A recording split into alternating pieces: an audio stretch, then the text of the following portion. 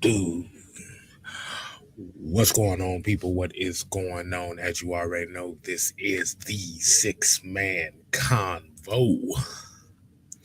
Appreciate y'all tuning in. Let's go ahead and get it.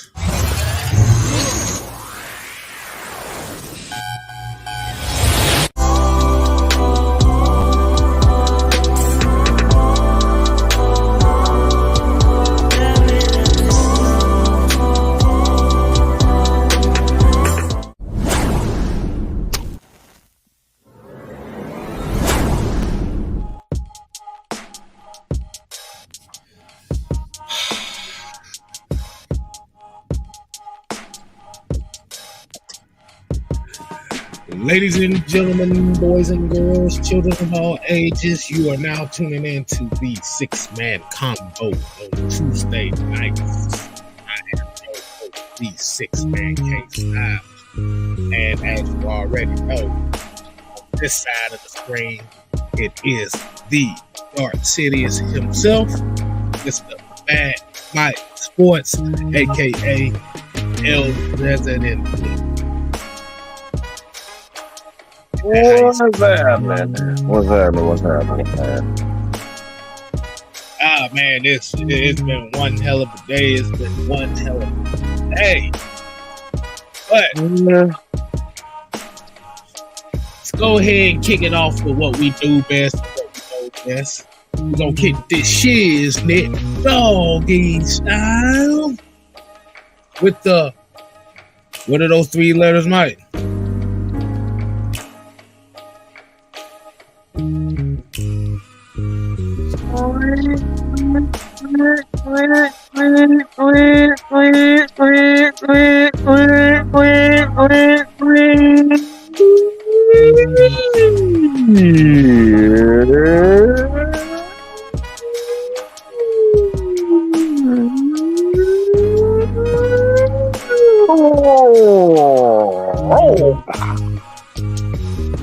Roll call.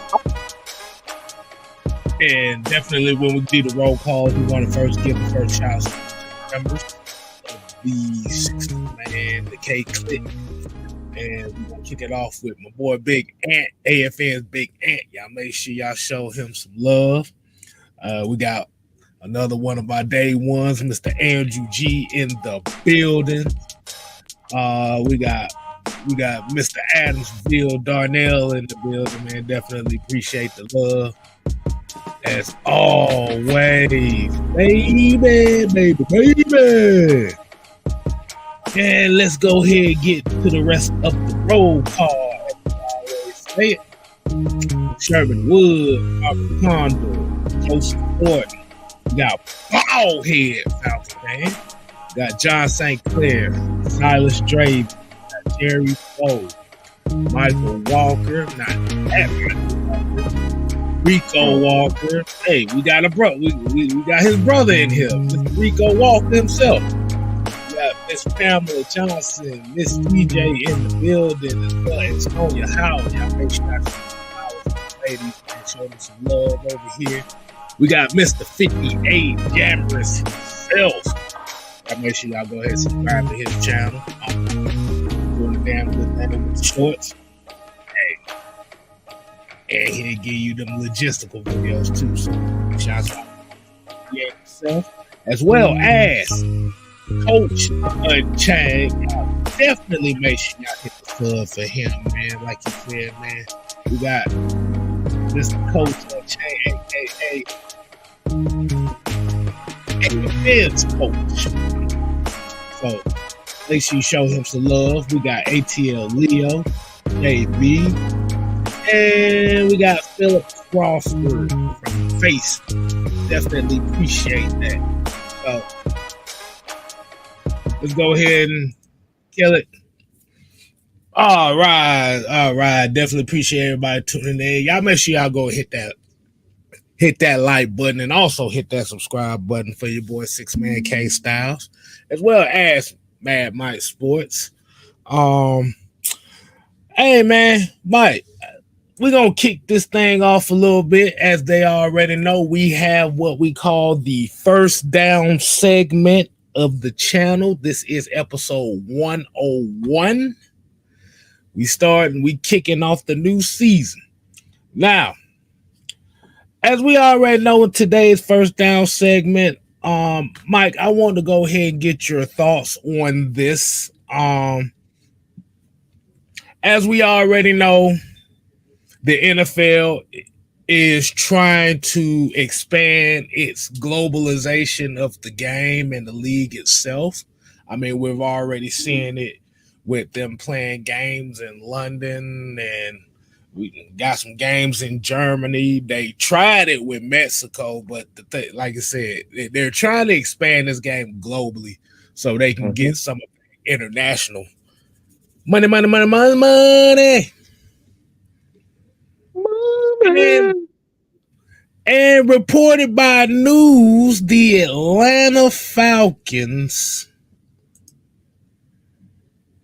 have now have marketing rights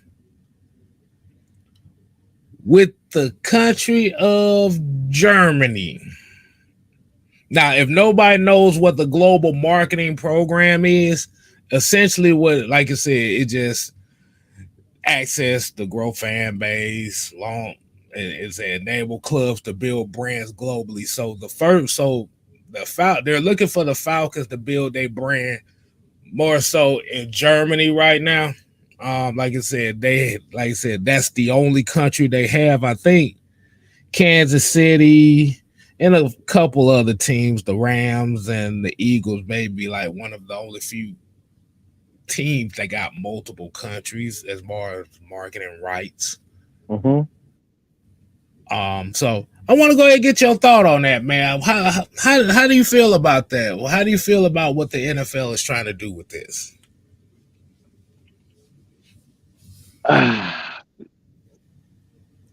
Woo.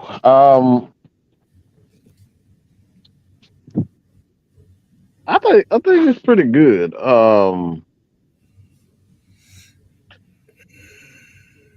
don't think a lot of people know about AFN itself, Atlanta Falcons Nation.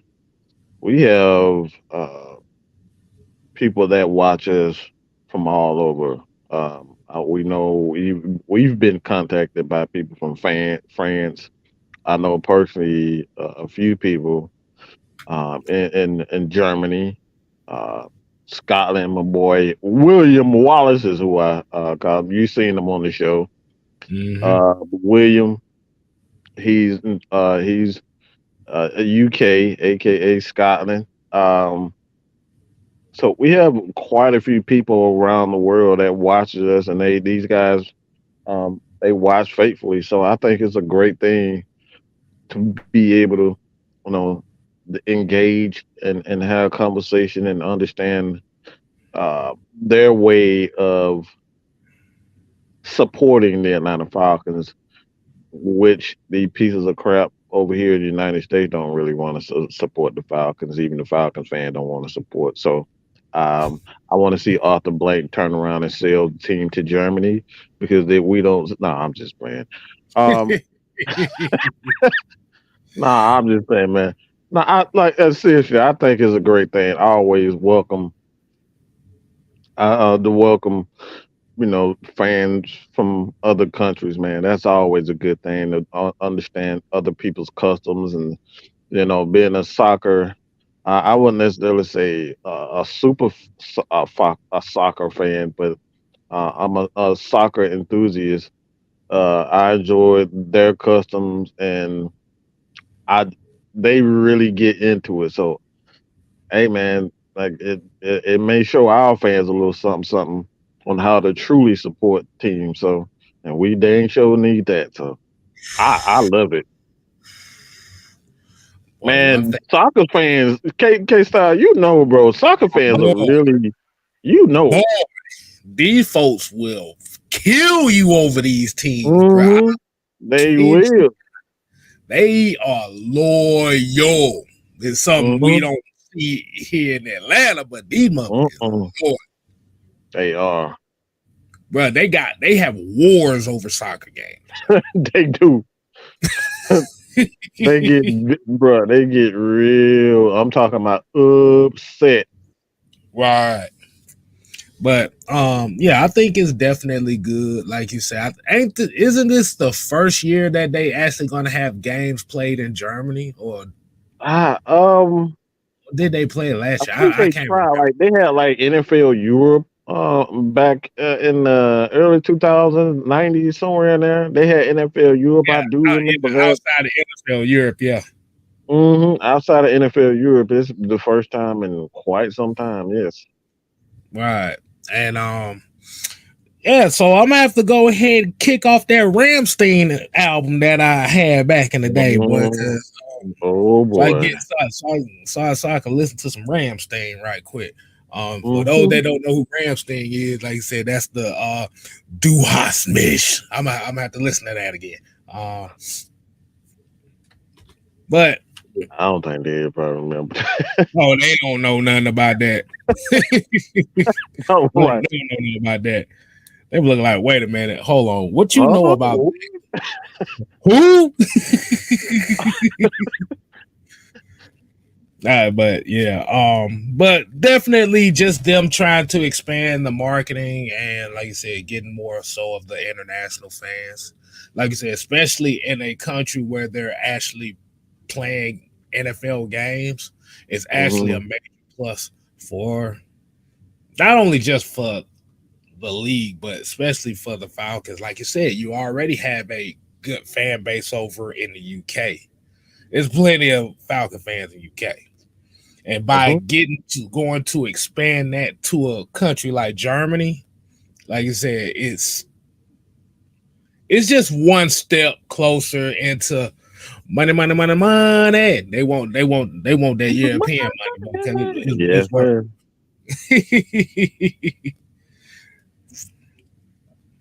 Andrew G, the Sony, that's my song right there. See, they don't see See, somebody called it. Okay. that song now. Yeah. Uh, but it's another part of the first down segment I wanted to speak on too, and actually Paul Garul, he actually kind of led right into what we was going to talk about was the new fair catch rule in the NFL. As a people, okay, let me slow it down for a little bit. Let me get some comments in here before we get to this though. hmm Um, but shout out to Paul Garuli. We're gonna definitely talk about that. Yeah, I see some metalheads in here. Um, as you already, if you don't know and you know by now, your boys over here listen to everything, Everything. everything. Um,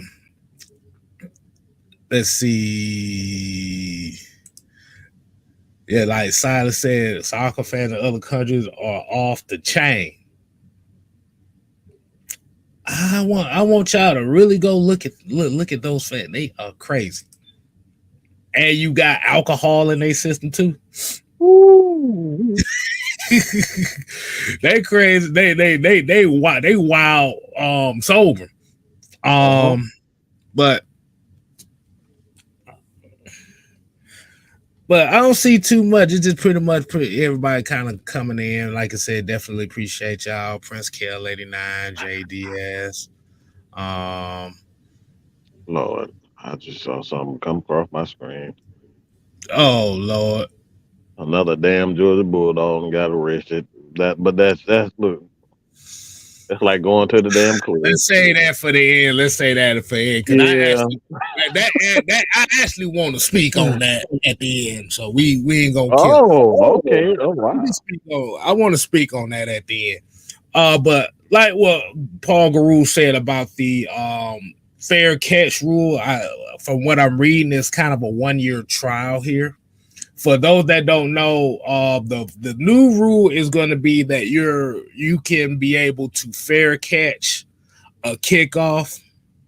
hmm Wherever you fair catch it, you'll automatically start to 25, which is what they do in college right now. I'm gonna be honest with you. I think it's some bullshit, but I want to get your takes on that, Mike. As a person, well, that's the only thing I say about it. That's some bullshit. They already try to take special teams out the game anyway. Um, why give at this point you don't need no special teams type of guys. You can get a long snapper back there to do that.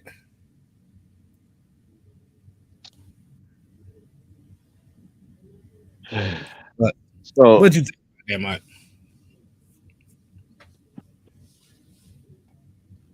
I trying to find something nice to say. I thought I was being nice. I said it was some bullshit. I thought that was nice. I see. I was trying to do something. I'm trying to be your support, and you know, but I don't have anything nice to say about this. This is some blockhead as fool in the damn in NFL front office who thinking they being some they trying to revolutionize the game and all. Look, y'all some dumb fucks. Okay, this is just fucking stupid. Like, what's the point? Like, what's the damn point? Like, y'all want to see fucking throws all damn day. Y'all want to see the damn ball in the air all goddamn day.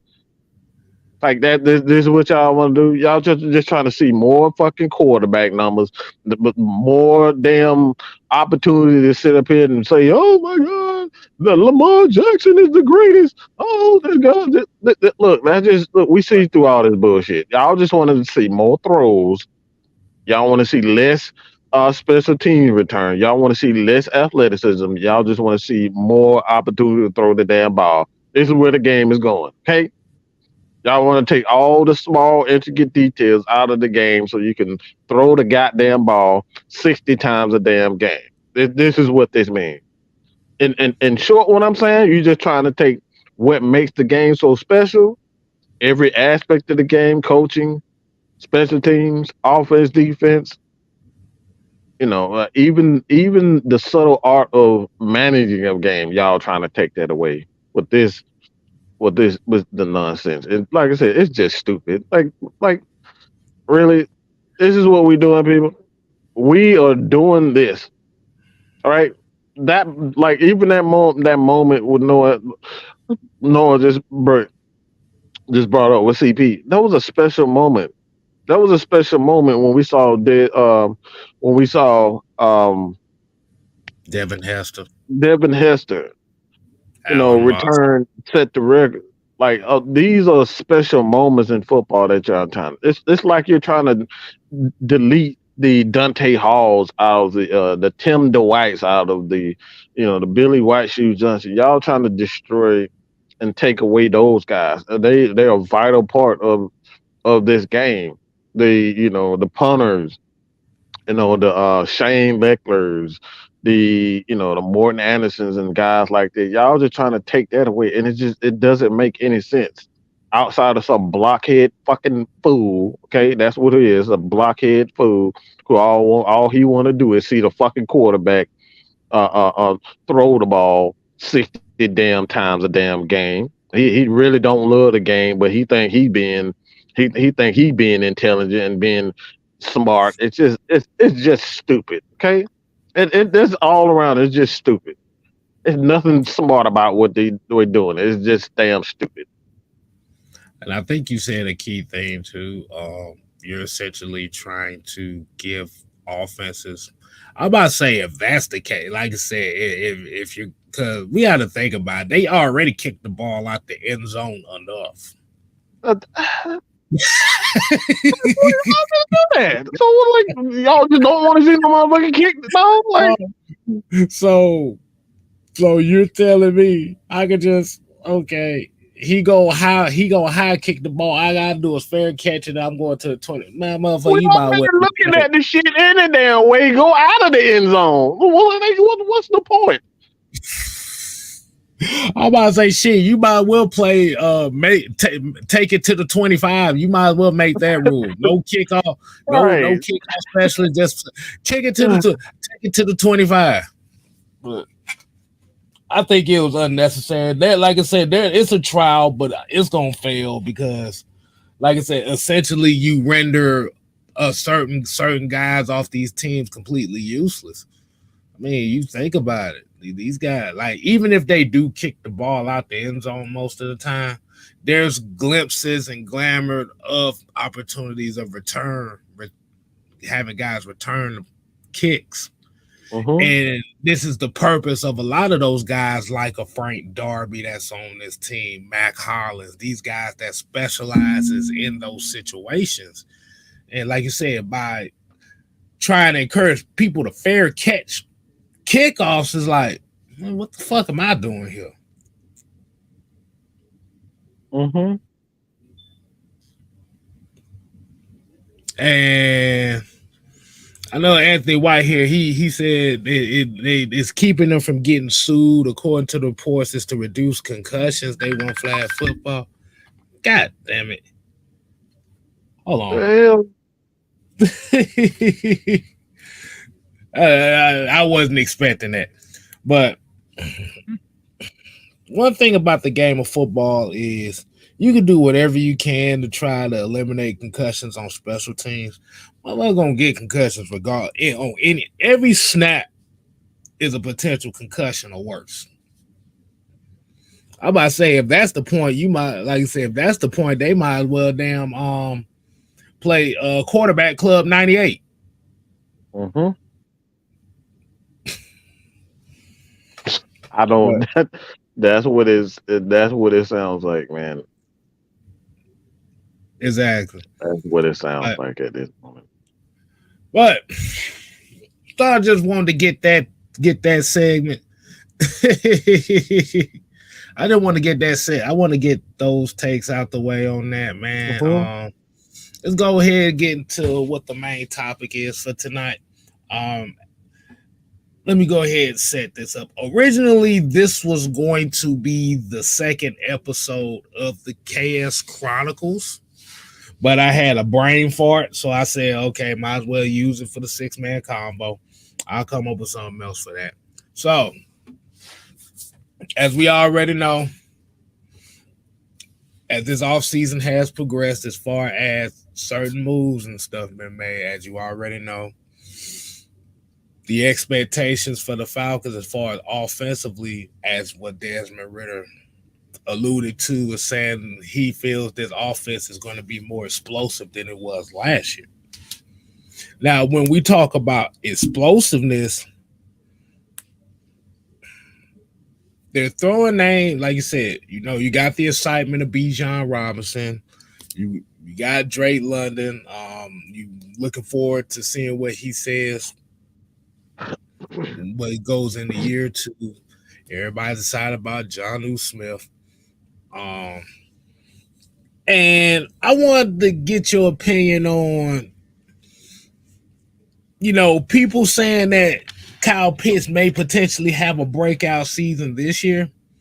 But it's kind of interesting that even before this week, when people were saying that, it's almost like Kyle Pitts was kind of pushed to the wayside a little bit. Um, and it's not based on his skill or anything, but it's just, as we said last night about the trauma of Marcus Mariota throwing him the football inaccurately, as I want to make sure I put that out there, inaccurate. Like I said, it kind of had a lot of the Falcon fan base a little worried about the future of Kyle Pitts. But with the additions that they made on offense with Bijan Robinson, Jonnu Smith, Mike, do you feel like Kyle Pitts is kind of getting pushed on the wayside as far as the hype behind him? Do you feel, like I said, to be honest with you, I think it's a good thing for him that they did that. I mean, I think it'll be good for him. I'm gonna get your take on that, man. Well, um,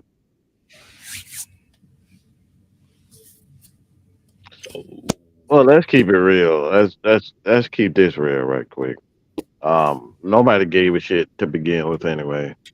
Um, Hmm. Nobody gave a damn about him from the beginning. People pretended like they was a fan of Kyle Pitts. Um, so like for me personally, it's like so y'all didn't care no way, and like we were just having a conversation. Um, Actually earlier today, and I got to give Retro a shout out for his tweet that kind of uh I'll say it like this, brought out the wolves. I should say that, brought out the wolves. I'll just say it. We got a few people anyway. They look for any opportunity to badmouth any player. Like, especially when the draft and free agency come, they looking for the first way and the first opportunity to trade a guy. I mean, we see it right now. Trey Young, he turned his damn he he turned his profile picture black, and then he posted some picture of him working out and stuff like that. And then here we go, we up here making trades trade rumors and scenarios for what his name is, uh D'Angelo Russell, Hmm. and Trey Young for two first round picks and shit. And this is the same thing for Falcons, man. They are no different from other um fans. If they don't really want you, if it's not somebody that they really care about, they say get rid of them. And I think Kyle Pitts is in the position that Arthur Smith designed him to be. He's a freaking tight end, okay? I think this is the best thing for him to be in a position where he doesn't have to be the center of attention. Because let's keep it real. Like, is Travis Kelsey really the center of attention in Kansas City? I mean, not Hmm. really, because that's the Patrick Mahomes show up there. I think we all know that. That's the Patrick Mahomes and Andy Reid show over there. So he's not really the center of attention when it comes to that offense. Now he receives the ball a lot. He catches a lot of passes, but that offense moves with with Patrick Mahomes and Kyle Pitts. Hmm. This offense is going to move when our running game moves, when our offensive line moves. Our offensive line play up to par, play well. Kyle Pitts is going he gonna play well. But the offense can't throw the damn ball. It don't matter if he a tight end or a wide receiver anyway. Um, the wide receiver or tight end is gonna fall by the wayside. So it's like he was never Hmm. designed. He was never gonna be the center of attention to of this offense. But to answer the question, I know I took the long way around, but to answer the question, will he return the form? Um,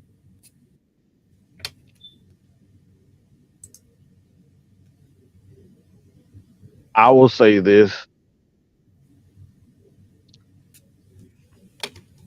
he will not turn the form. I don't expect him to be a Pro Bowler. Hmm. I don't expect him to be a Pro Bowler. Reason why I'm saying this because I think this offense is going to be in position this year to get everybody involved. I don't think at this point in time, until he proves that he is healthy, that he should be the center of this offense. So I do not expect Kyle Pitts to return to form of his rookie year and catching 70 passes, you know, and a bunch of numbers. So I say no. Hmm.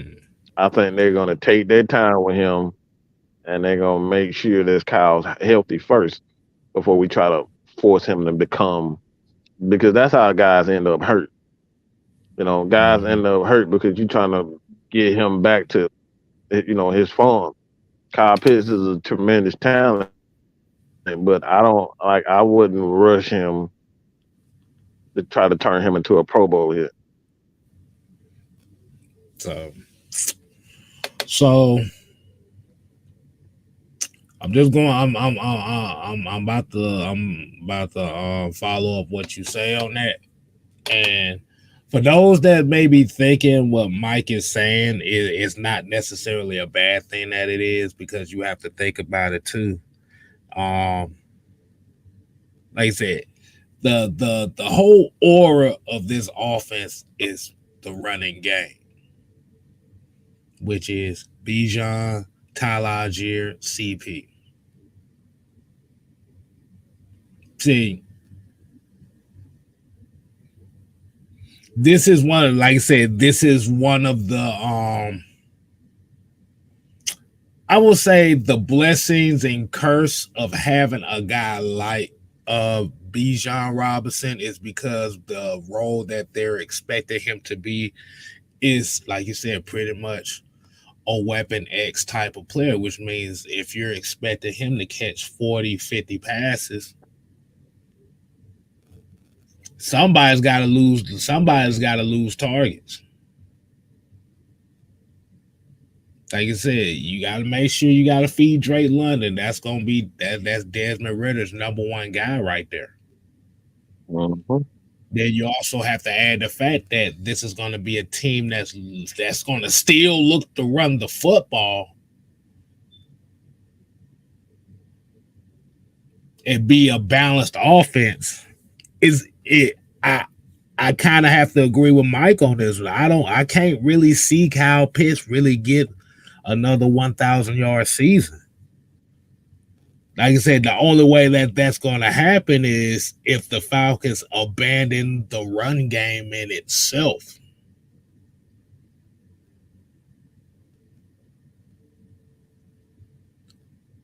And like you said, we've been clamoring for it since we started with the hashtag run the damn ball. I can't see the Falcons going from a 54 to 45 run pass heavy and flipping it to about 40, 60, 40 passing. Because that's the only way that you'll be able to get Kyle Pitts that 1,000 yards. Because if Pitts gets 100 targets, if Drake gets 100 targets, let me see, Bijan's going to get about 60. You still got, and like I said, we still ain't even talk about Tyler Algier possibly being in this pass game. You talking about another 30 right there. That's 300. Let me see, John Smith, you want to get at least 50 out of him. Man, it can't.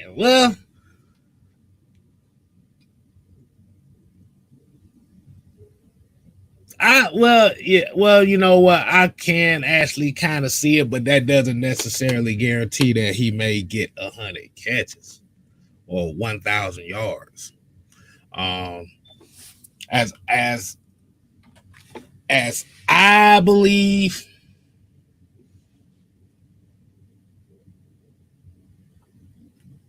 the identity of the Atlanta Falcons is running the football. You build off of running the football. Um, let's see.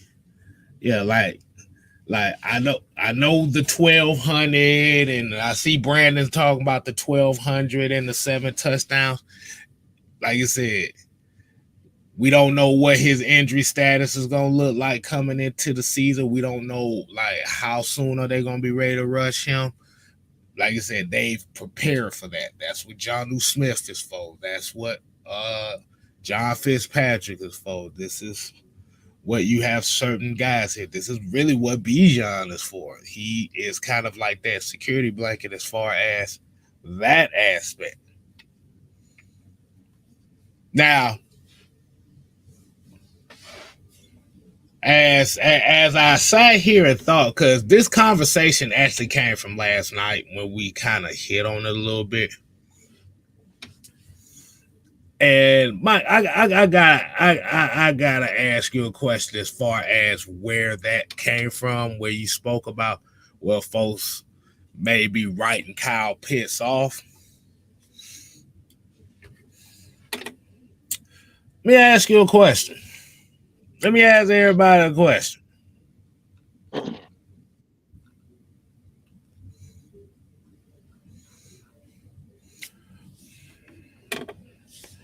When Kyle Pitts was about 50 yards away from breaking the NFL rookie receiving tight end record, which was held by Mike Ditka,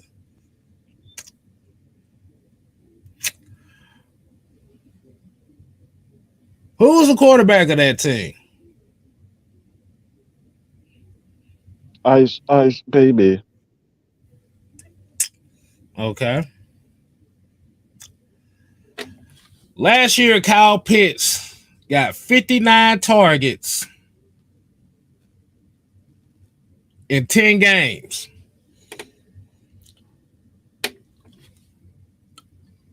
for 356 yards and 2 touchdowns.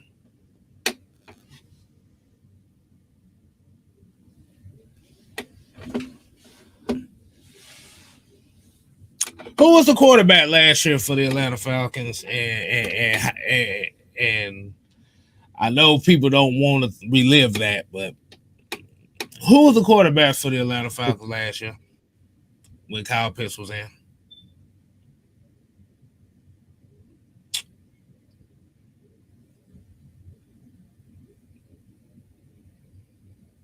Yeah, he don't want to say it. So Philadelphia now, and Marcus Mariota. okay, Marcus Mariota. Now, there was actually a statistical number here that I had here. I can't find the damn. Like I said, it was. It said that with all the missed opportunities that Kyle Pitts had with Marcus Mariota, you missed out on potential 400 more yards on missed passes.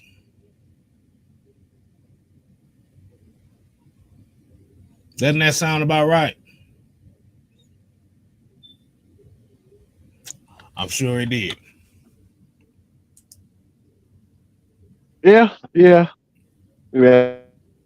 Sound about right.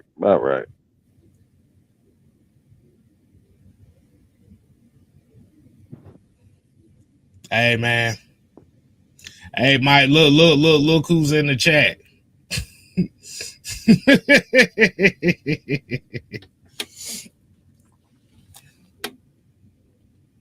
But we haven't seen Desmond Ritter with Kyle Pitts yet.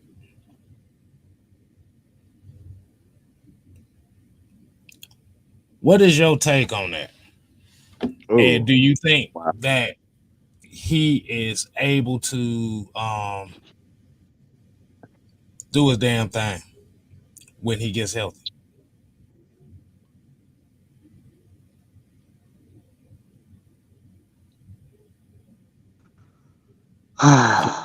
That's a loaded question, but That's a loaded question, but Mike, what the hell? You got doppelganger I, twins going on back there? I, the I, hell if I know. Look, I don't know what the hell going on. Oh, Um, there you go. yeah, it's real interesting who's in the chat real right now. I'll just say that. Um,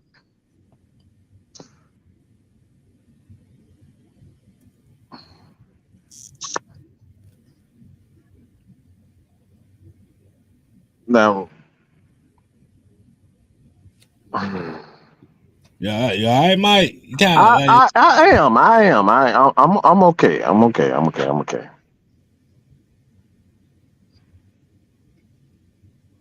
you got to answer. I'm about to say you trying to formulate the answer for that question. See, I got multiple things running through my head right now, so I'm kind of I'm about to say shut let up, it James. all Um, out. Let it all out.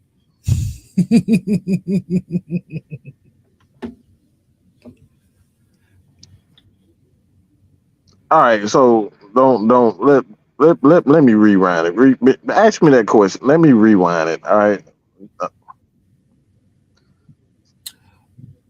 So dealing with Let what me re. Okay, so dealing with what Kyle Pitts went through for the last couple seasons as far as the quarterback turnaround between going through Matt Ryan and then playing with Marcus Mariota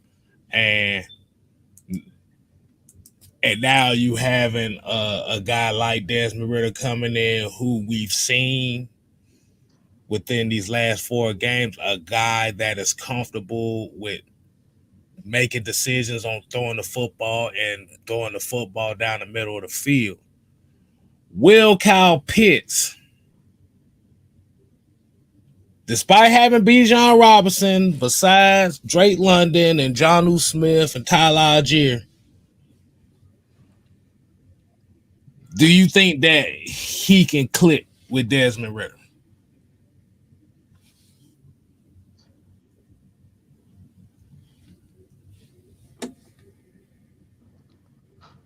So will Kyle Pitts, kind of suffer, or will he?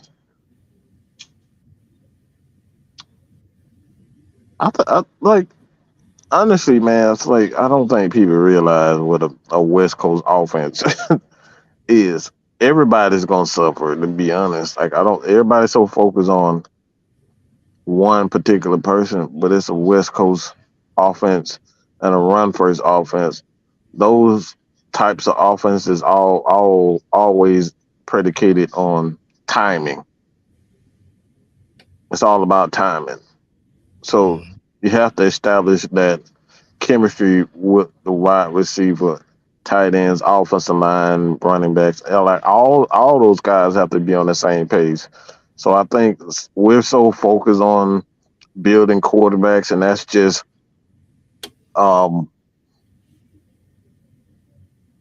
this is the byproduct of the media trying to push the quarterback being the most important, but the most important in a team dynamic is all about chemistry. So I don't even think this is a Kyle Pitts issue. I think this is an Atlanta Falcons issue. We just put guys on a pedestal because of names and marketing, marketability, and things of that nature. But it's like if Kyle Pitts is suffering, chances are our passing game is going to suffer. Um, and I think that's the biggest thing. If you believe in your quarterback, your quarterback can make sure everything is ran smoothly. So what I saw last year with Desmond Ritter is a guy that was able to slow the pace down, get the ball to the superstar, and what he did with Drake London, and just based off what I saw in the short intermediate passing game, as far as how Arthur Smith called the game, um, compared to how he came out of the gate with Desmond Ritter, I think he made a drastic improvement as far as his play calling is concerned, and I think uh, that's the most underrated aspect of his offense that I'm looking for. Is how is Arthur Smith is going to adjust to getting guys in rhythm, because he did come out right out the gate trying to throw the ball deep with Desmond instead of just slowly getting him into a rhythm, a play calling rhythm, and then we get down to being much more aggressive. And he did that towards the end of the year versus the beginning of the year. So that's what I'm gonna be focused on. We so worried about trying to turn Bijan into a superstar and Kyle Pitts into a superstar and get a superstar quarterback. We don't even realize like play calling is gonna turn all those guys into superstars. Okay. Okay. So I'm just like I said, I'm just looking at like this. Like with the issue that Mariota had with going with Kyle Pitts. Like we said last time, it was the hesitancy as far as being confident and getting that ball out quick. Now, like you said, the mindset of the quarterback is going to change now. We saw when Kyle Pitts got hurt, and shout out to the therapist for actually pointing this out, and all the fellas over there at AFN that pointed us out. Was as soon as Desmond Ritter got into the game, we saw Kyle Pitts at these games, looking, scoping, Uh-huh. wondering.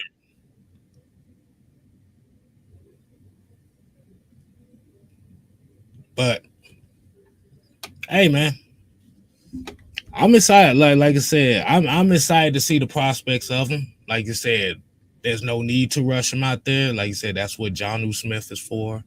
Uh, like I said, that's and Tyler Algier. I'm telling everybody right now. Tyler Algier about to be a more of a force in this in the passing game aspect than we are going to give him credit for, because from some of the stuff that I've seen from him, they've been working on him catching passes out the backfield, which he already had an ability to do so, but they might start implementing it a little bit more.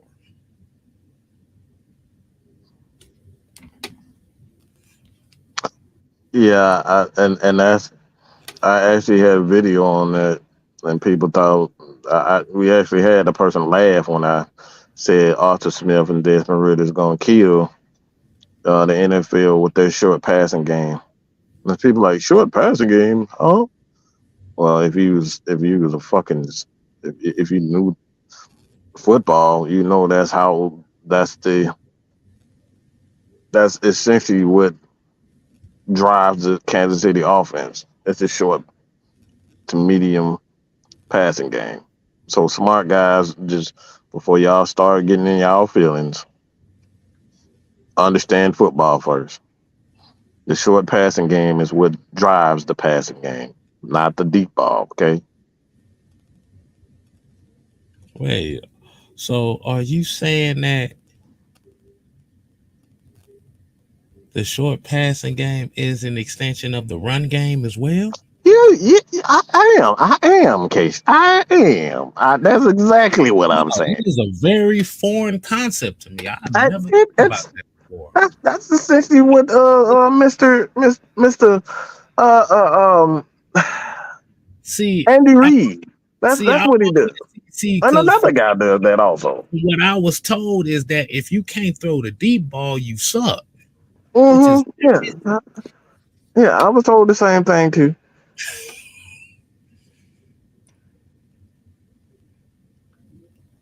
but like I said, like I said, I think a lot of Falcon fans are gonna love it.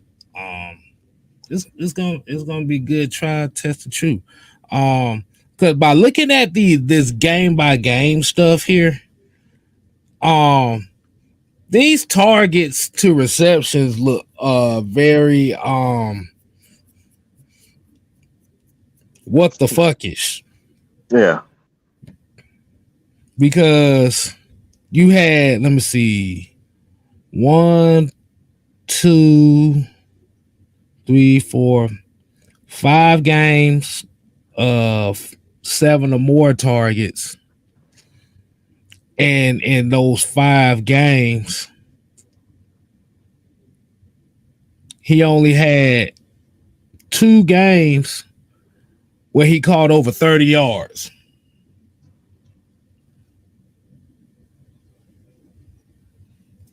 You you want me to say that? You want me to read that again? Go ahead. Read. Yeah. In the 10 games he played last year, he had 1, 2, 3, 4, 5 games where he had 7 or more targets. And in those 5 games, 3 of those games he had less than 30 yards. Ooh, Lord Jesus. This made me want to clock Mr. Shitty Yoda across the face. Like, it really made me want, like, how do you not just throw the damn ball? Just throw it. Hold on. Let me read this. Let me give you. Week 1, New Orleans Saints, 7 targets, 2 receptions, 19 yards. Week 3 against the Seahawks, 8 targets, 5 receptions, 87 yards. The first game against Carolina, 9 targets, 5 receptions, 80 yards, and a touchdown. The Chargers, 7 targets, 2 receptions, 27 yards. The second game against Carolina, 8 targets, 2 receptions, 28 yards.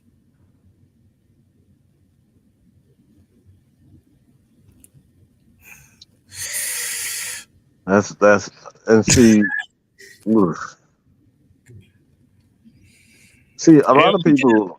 And we kind of shitted on him for a little bit because we saw he was kind of half-ass jogging on some of the routes, man. We go back and look at the tape. I like, shit, no the fuck wonder he did that.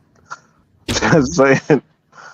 The problem was he wasn't cutting it loose. That's why I was so frustrated with Mariota. It's like it wasn't the fact that he couldn't do it; he wouldn't do it. Let me say that again, because it probably went over some people's head. It wasn't the fact that he couldn't do it; he wouldn't do it. And this is why wide receivers and tight ends, these guys lose hope and they start jogging during the games. Like, you're not gonna throw me the damn. I'm freaking open. He wouldn't let it loose. As a quarterback, your job is to cut it loose and not think. Essentially, what that means is to have confidence in what you're doing. Anytime you see a quarterback just won't let it loose, like, there's no excuse for any quarterback to not let it loose. That your job is to let it fly. No matter if you're the worst, you have the worst accuracy or whatever. Your job is to cut that thing loose. That's the first thing that you want your quarterback to do, is just cut it, let it loose, man. Don't hesitate. And there's no, and oftentimes the quarterback is really supposed to throw guys open. Right. You're supposed to throw guys open. We see that time and time again with certain quarterbacks, where they throw guys open. Guys aren't necessarily open, but if you throw it to a spot, that guy can make a play on it. So your job, oftentimes, like we saw towards the end of the year, Drake London wasn't open in a lot of those, especially that third down catch with Mr. The tight end. Good God Almighty. Michael Pruitt, like, he wasn't open. Desmond Ridder threw him open. He cut that thing loose, and he snuck it in there between 2 defenders. That's the perfect example of letting it loose. That's your job as a quarterback, is to let it loose. Even if a guy isn't open, you're supposed to let that ball fly, and that affects the passing game more than actual pass rush. When a quarterback doesn't believe in his head that he can make a throw, there's nothing that you can call, there's nothing you can do. And like, yeah, getting pressure is a part of it, but it's like if he doesn't believe that he can make that throw, then all the wide receivers, all the players, they suffer from that. Yeah, that doesn't. Yeah, that doesn't surprise me at all. And like you said, that throw that you was talking about with my call, you talking about the one that was in the Cardinals game, am I right? The, Calling the game. yeah, the one he hit him up the seam. Yeah, cause Uh-huh. cause he was expecting right shoulder, he threw it left shoulder. Uh-huh. Yeah. And like you said, that's where the mindset of where said Desmond Ritter can play a good effect. Like you said, not only on Kyle Pitts, not only on Drake London, but like you said, you got these guys coming in like Mac Hollins. Like you said, Cordero Hodges, you saw he was starting to get a rapport with him a little bit. Excuse me. Uh-huh. But I'm trying to don't mind me, y'all. I'm sitting here trying to bring up some next gen numbers here, but for some reason my phone acting a complete ass right now. I'm trying to because it's usually like I said, it's usually a thing called the next gen stats where they kind of show like a lot of the throws and stuff that were like completed and stuff. And from what I've seen, like where this Falcons offense kind of took a turn last year, especially in the passing game, was like you said, the number of completed passes that were in the short range, in the middle, and it was setting up stuff on the outside.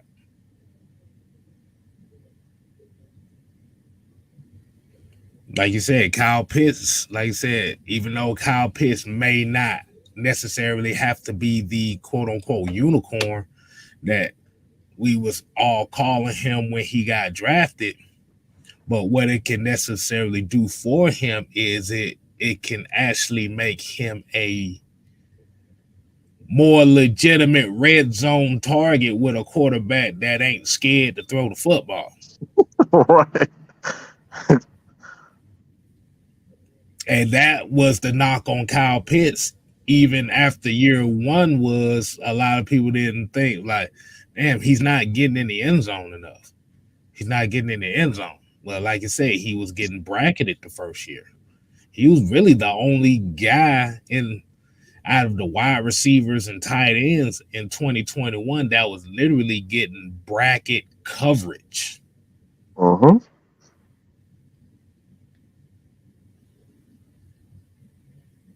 They still bracketed him somewhat last year, but like you said, when you have a hesitancy, let me read something to y'all right quick. I just want y'all to put this in perspective. Now, as I already read the games where he had the targets of 7 or more, let's look at the other game, shall we?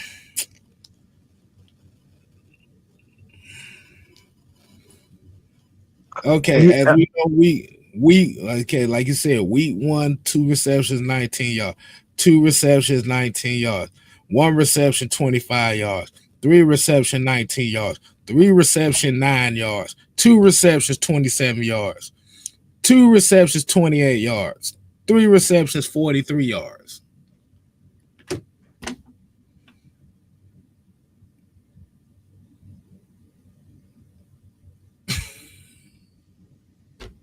The hell so damn funny about what he said, Red Swan? But you goofy as hell. Red Swan a damn goof, man. Oh, Red Swarm, Red Swarm is like, why that's so damn funny? Oh Lord, what the hell Ant talking about? He really got something that Mariota's missing. Manscaped. Oh my god. Oh boy. If your balls is nappy, your girl ain't happy. Manscaped. Boom. Manscaped. But we ain't gonna hold on too much longer on that topic. Mike, you made a mention about something. This is gonna be kind of the final topic for the night. Actually, you know what? I want to get into this topic. I want to get into some basketball. Y'all mind if we go Oh a little basketball? gosh. No, I do not. I don't mind. Okay. No, this is not about LeBron. This ain't about the finals. This ain't about Trae Young. We was meant to talk about it last night, but we had such a good conversation that we kind of got lost in it.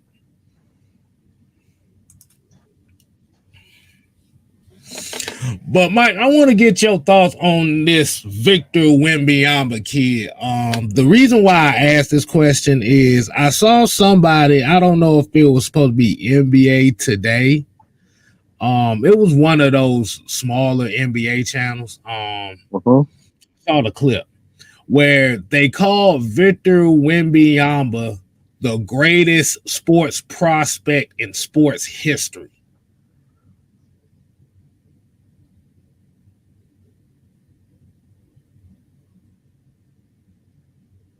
Let me repeat that again. Yeah, please repeat that. I forgot the dude name that said it, but he literally sat here and said that Victor Wembanyama is the greatest sports prospect in sports history.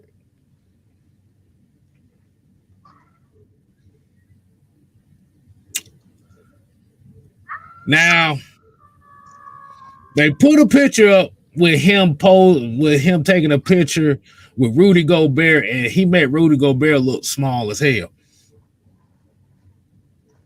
Like, for a lot of those that don't know, well, most of y'all do know, Wembanyama is about 7'5", 7'6", about 215 pounds. Pretty much he pretty much got the skills of a guard at 7'5", 7'6". Proven said, "Who the hell is that?" You gonna get my reaction as soon as you set this up.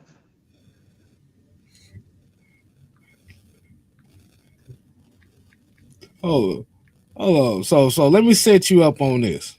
Nah, prove it. Shut up. We ain't look.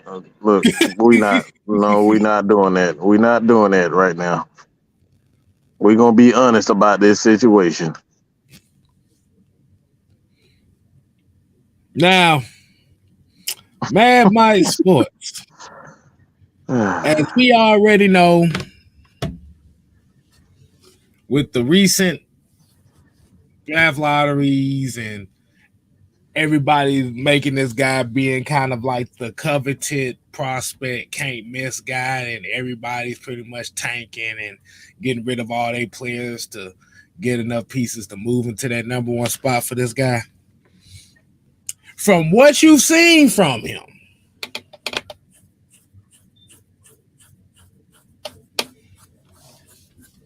if you've seen anything from him, what do you think?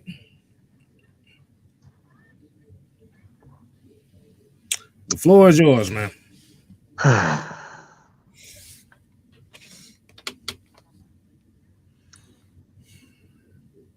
You know how? Let me say it. Look, I'm gonna be perfectly honest right here. When I see him, I see a damn Barbie doll. What? You know how them long? You know how they used to make them Barbie dolls back in the 80s? Mm-hmm. They this all leg. The torso is just the torso is probably about as big as your pinky, and the damn leg is about as long as your damn your hand. That's what I see Victor whatever however the hell you say his damn name, like a damn Barbie doll. Little ass torso, but the legs is about as long as everything else. It's all legs. Stretch Armstrong, that's what I see. It's a long ass Barbie doll. Just similar to Sean Bradley, but Sean Bradley had at least a resemblance of a damn torso. All you see is arms and legs with this dude. I've never even seen him. Yeah, that Dollar General. Coach know what I'm talking about. That damn. That like look, it was a long look. Them Barbie doll was just all on. It was all arm and leg. That's what I see when I see Victor. It's like, have anybody seen him shoot a basketball? I haven't. I seen him take a one-legged fadeaway 3-pointer. That shit took about 10 years for him to let the motherfucker go. It looked like it looked like a long ass step back and kept one of them long ass Kevin Durant step backs. And I'm talking about long. KD step back it's so slow. And it takes so much time. But I haven't even seen this dude shoot. I seen him run. Look, the best thing that I've seen for that Victor dude, I'm not even gonna try to pretend like I know how to pronounce his name. I'm just gonna call him Victor. Okay, his name is Victor. All I seen was him drive to the hole and drive to the basket, and it took him like 3-4 steps to get from the middle of the court, the middle of the floor to the damn to the basket, and it took him like 2-3 steps. That's the most exciting thing that I've seen about this dude. I don't know nothing about him. I haven't seen anything about him. Ain't no tape on him. It's just like one of them drunk uncles. Like you hear your uncle say, "Hey man, I used to be good back in 1920." Ain't nobody seen him play. Have you seen him play? Has anybody seen this dude play?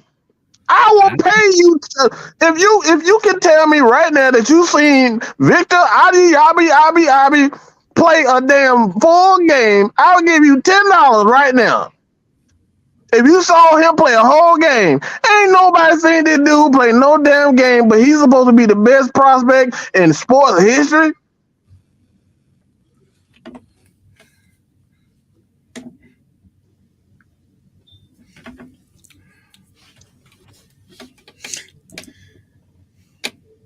Yeah, this is the picture that I saw right here. If y'all can really see it, that's Rudy Gobert. He's standing right next to that motherfucker at his shoulders.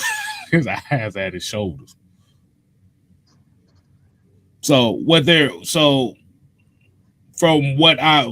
said, from the little stuff that I have seen of him, is he's like I say, he's got skills offensively.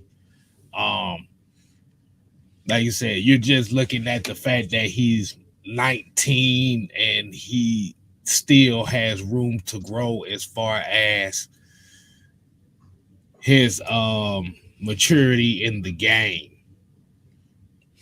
He basically looks like one of those bullshit creator players from NBA 2K where everybody make like 7'2" stretch fours that can dribble and do and one move. That's essentially what he is a giant cheat code.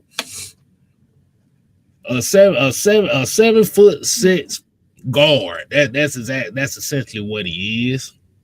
Like you said, he's only 19, so he's got his game has room to improve. I'm willingly calling everybody a liar if you saw that man play a whole game. I'm telling you right now, you're a liar. Look, I just saw clips. That's the only thing. We saw clips. I ain't seen not one whole game of this man. That's really the only major thing. The only thing that I can really say on him is him playing at the league that he's playing in. I think he's playing over. I forgot the damn team name. Mets 92. That's his squad over there that he playing. in France. So he's averaging 22, 10, and 2 over there. Yeah, I've seen clips of him, and it looked like his knees about to collapse while he dribbling and shit. I mean, you got to think about it, bro. You got to think the reason why you don't really see a lot of guys that tall really do a lot of dribbling like that, because that's a long way to dribble. That shit looked like it hurt to dribble. It looked like it hurt. Like his back gonna snap. What'd you try to say? He looked like a stick bug? That's what you said? Look like his damn back gonna snap. I have to look. He could very well be a great player, but all his greatest of all time, greatest prospect, like how are we really supposed to know that before we see him play in the game? It's like I get all that marketing stuff, but it's not a very good marketing strategy because it's just like, come on. I saw LeBron come out. I saw Kobe come out. I saw an early Kyrie in high school. Like I saw these guys. We actually saw these guys with our own two eyes. We saw Shaquille O'Neal breaking backboards at the age of 14. Like I saw this type of stuff. Ain't nobody seen you. I think it was Wojnarowski that said that. Just to be honest, I was just trying to make sure. Oh, Woj, yeah. I think it was. Yeah, he works for ESPN, so that's that. I like Woj though, but come on.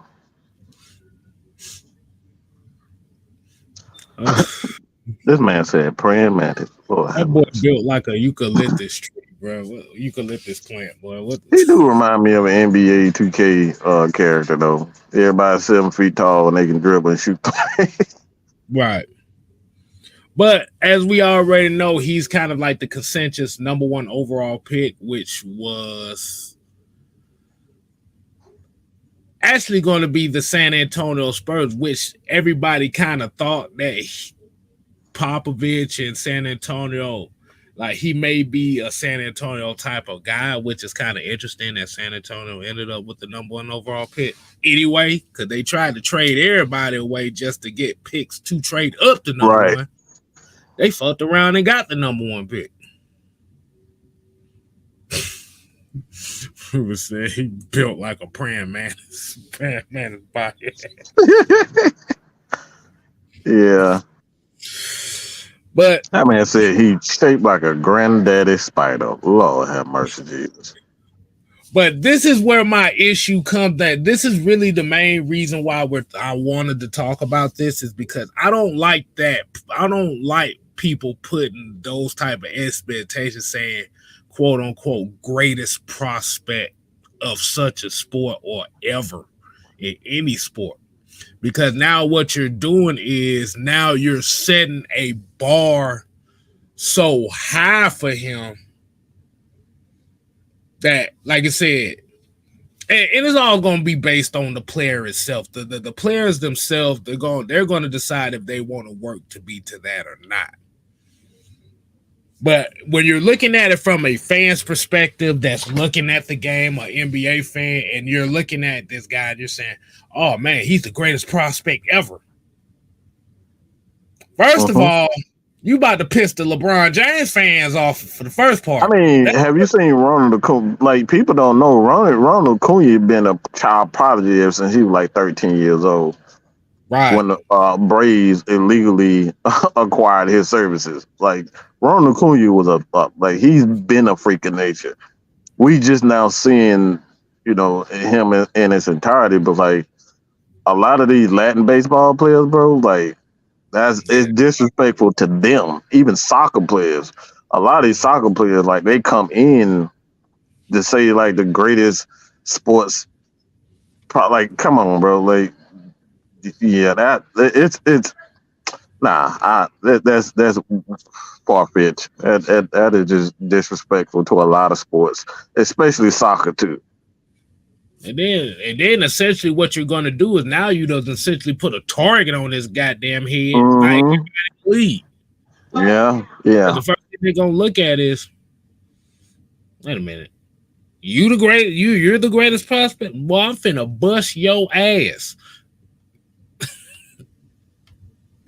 I forgot Patrick Beverly did that to somebody. He's like, boy, I'm finna bust your ass.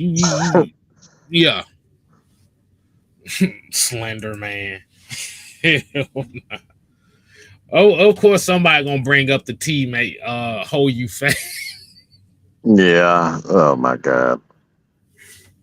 I know them jerseys sold out all worldwide just for that name alone.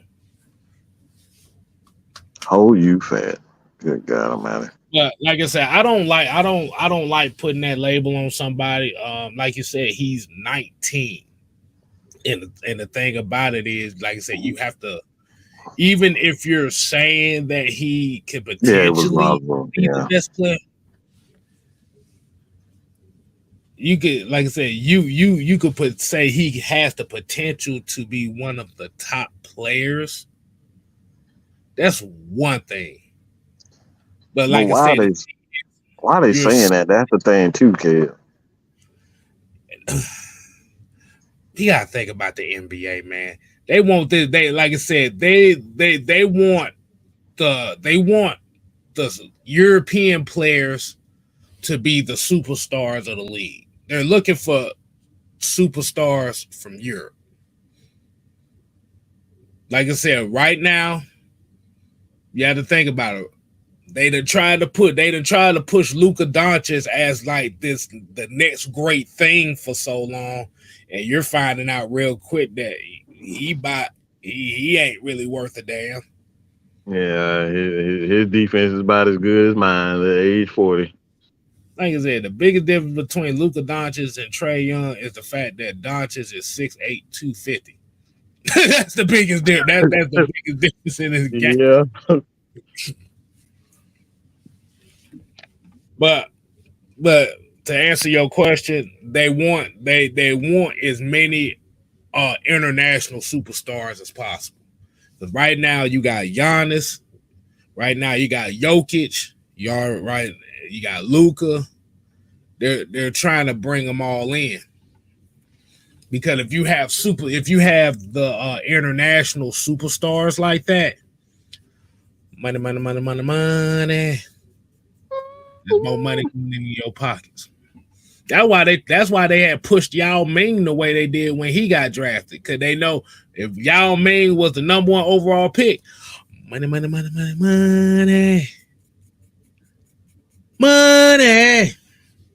Mm-hmm. So that's why I had to tell Woj and them, like I said, bro, lay off on that. Because the last time we've seen y'all do this, y'all said the same shit about Zion Williamson, and we seen what the fuck happened with him right now.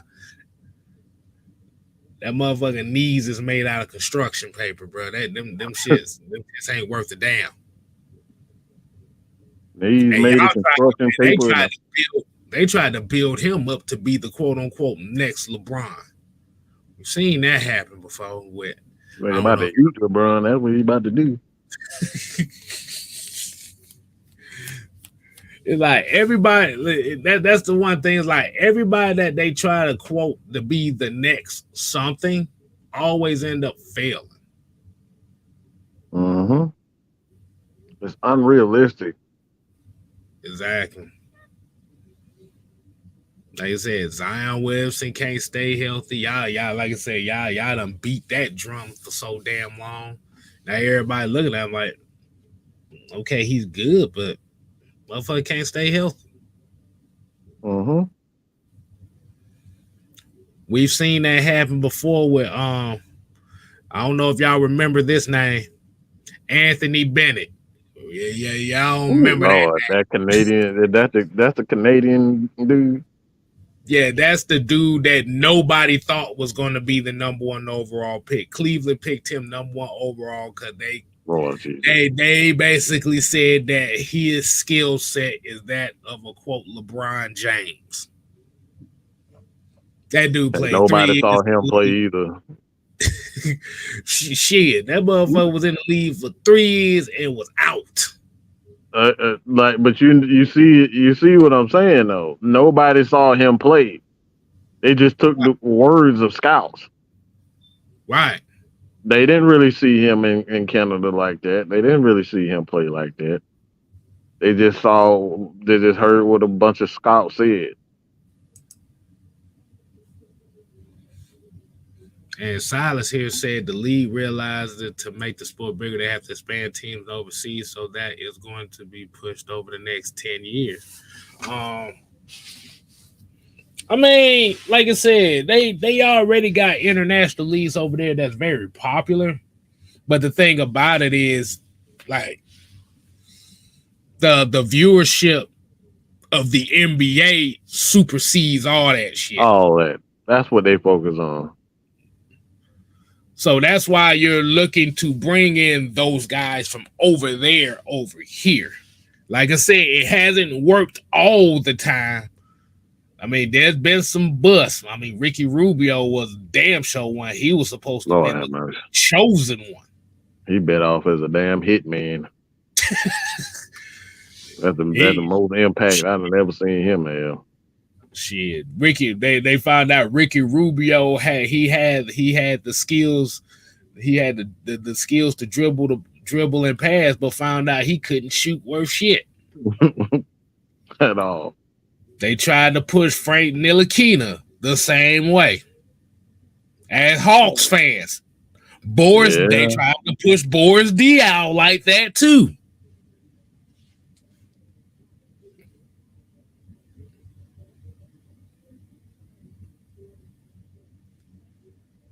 Damn, I forgot Boris. As Hawks fans don't remember, the Hawks actually drafted Paul Gasol and traded him because Memphis needed a big name, and they ended up. And Paul Gasol was a big international name coming from Spain. Oh, how much, Jesus! Just like Michael here said, Boris got good way later on. Yes, cause motherfucker, who was it that brought it out of him? Wasn't the Suns? Found out he wasn't a fucking point guard. Yeah, it was. I think it was. It was San Antonio and Phoenix. It was saying that. Yeah. Yep. San Antonio Phoenix found out that, like I said, he is best utilized as a four, as a power forward, as an undersized power forward. I don't know what the Hawks were thinking about trying to make him into a point guard. That shit wasn't going. That shit was not working.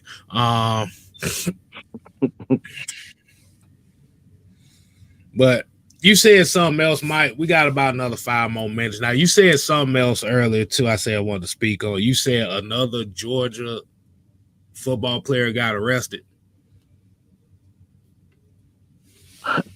Yeah. Hold on. Let me open up this. I just find it funny that I always enjoy you'll never hear nothing else about everybody getting arrested.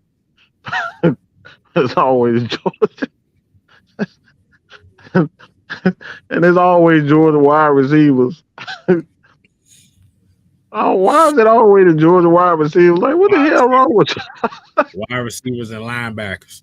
Wide receivers and linebackers. It's always Georgia wide receivers and linebackers. Right? So, all right, let me pull it up. So my question to you is,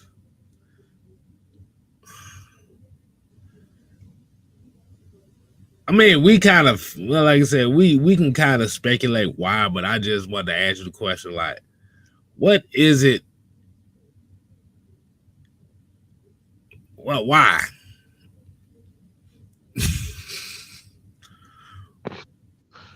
Oh boy. Why?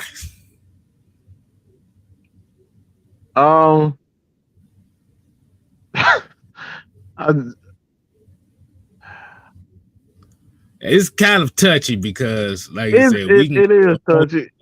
Multiple things or ways, but the reason why I ask why is because like I said, it's just one of those things where it's like you could fall on the aspects of what Athens is. You could fall back on the fact that some of the players may be entitled and they feel like they're untouchable. Like I said, it's a whole bunch of different things that go on down there. Like I said, I've been up to Athens. I used to run around up there, and Mm-hmm. I tell you right now, mm-mm. Hold on, you be looking like this. Wait a minute, what time is it? Yeah, you don't Yeah, want to be hanging out there too long. won't hang out there too long. But you would think with a town like that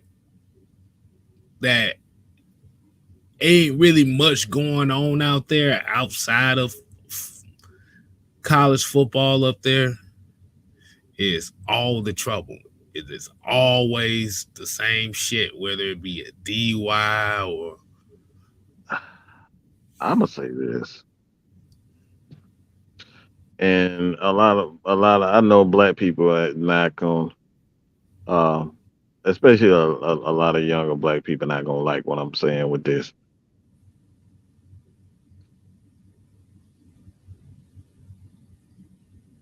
Well, the problem well. is really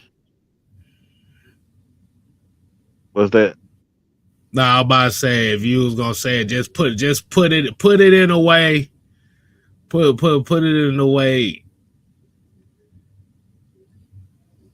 I'm about to say lay it to them smoothly. I'm gonna be. I think we're living in a time where it's like, for one, technology is king, and you kind of get programmed to think a certain way and behave a certain way. So if you're not playing video games, obviously there's a stent that it's a stimulant. You have video games on phones, obviously another stimulant. Mm-hmm. And then you have, it's like everything, including business, ordering food, everything is on phones, on the internet. And some kids, especially if you have ADHD, it's like it doesn't help. And you're seeing a lot of kids that's in, like, they're very good at sports, playing basketball, football, baseball. They're very good, but they do suffer from ADHD. And there's a lot of players that suffer from, so they have to be doing things. Have to always have some type of stimulant. And you talking to a motherfucker, like, for me, I'm that. It's like, even when I'm not bored, I still have to be moving. I would get up out of bed at 3 o'clock in the morning and just walk back and forth for 30 minutes until I get sleepy again. Like, I have to be moving. And when you have players like that, like me also, um, and I know it's not going to hit well for a lot of people. Say, well, he was driving reckless. Well, that's the type of shit that happen when you get bored, bro. Like, some people, when they get bored, they have to be doing something, even if it's completely idiotic. It makes no freaking sense. They have to get up and doing something, and that's why some people, they smoke marijuana. Some people drink to kind of help calm them down. And I think a lot of these players, especially when you go to a smaller town like Athens, it's not like Atlanta. It's a lot slower than Atlanta. So it's like, I don't want to be on a fucking farm watching pickup trucks all goddamn day. It's like, that shit is boring to them. So they end up doing dumb stuff like drag racing at 3 o'clock in the morning after I done had a beer or two, or I done smoked a little something. So, like, things like that happen. I think I think we all know the culture in Athens, K Style, that you having a route and me having doing a couple of odd jobs myself down there. These things happen. Like a certain period of time, when it get closer to 6 o'clock, you might want to be taking your ass in the house or taking your ass home around in Athens when you're around Athens. So, say, like I said, I know a lot of people ain't gonna, you know, agree with that, but like I said, for somebody that does have like I do go through periods where I have to be moving around and I have to do something to just calm myself. And I think yeah, this kid got arrested for DUI and doing exactly that, DUI and driving reckless. It's just the thing that happens. Like when you're in a small town too, it ain't shit to do in a small town, but get fucked up. Fuck up some shit and get fucked up. That's really all you can do with a damn small town.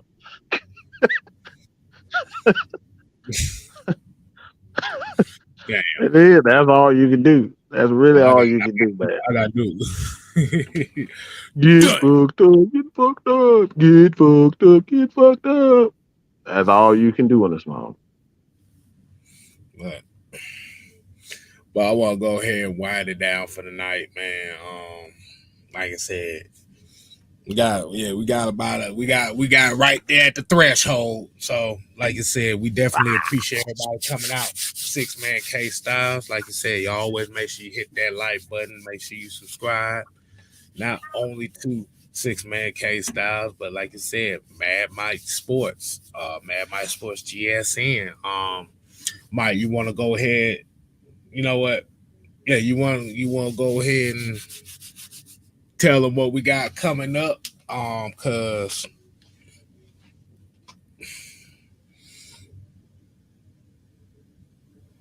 Shit, I coming on forgot. next week. Coming on next week. Like I said, when you see Cooler Talk Mondays, like for all the Oh, wrestling, damn. like I said, Yeah, like I yeah, I said, forgot for all about the wrestling fans, like I said, when we do the Cooler Talk Mondays after the what they call them, the premium live events now, they're that. not pay per. Mm-hmm. We do our wrestling Premium. reviews on Monday, so Mm-hmm. we So got that coming. head over to GSN Mad Mike Sports. Also, we're gonna be turning that back to Mad Mike Network. So we can kind of incorporate a lot of wrestling topics over there. So if you're wrestling fans, this is the time to head over there, subscribe. So we're gonna get into these premium wrestling events. Good God Almighty, I don't like that, I hate how that sounds. bruh. It really does it well with me. But yeah, all the wrestling fans, this is the time to head over there. Hmm. And like I said, we going so and like I said, y'all make sure y'all tune in for the upcoming shows, man. Like you said, you got the Reds Pit, you got Champagne Confessions. Hmm. Like you said, you got the Georgia Sports Nation with Mikey on Fridays. You may definitely see Coach Unchained do a Oh couple shows. yeah. So y'all make sure y'all stay on top of it. Make sure you go ahead and show them some love. Show yourself some love. Appreciate y'all tuning in, man. So until next time, people, we ain't here to play. We here to stay. You ain't gotta go Oh home. yeah. Dig it, dig it, dig it, dig it, dig it. Like I said, you ain't gotta go home. Get the hell up out of here. Yeah. Deuces.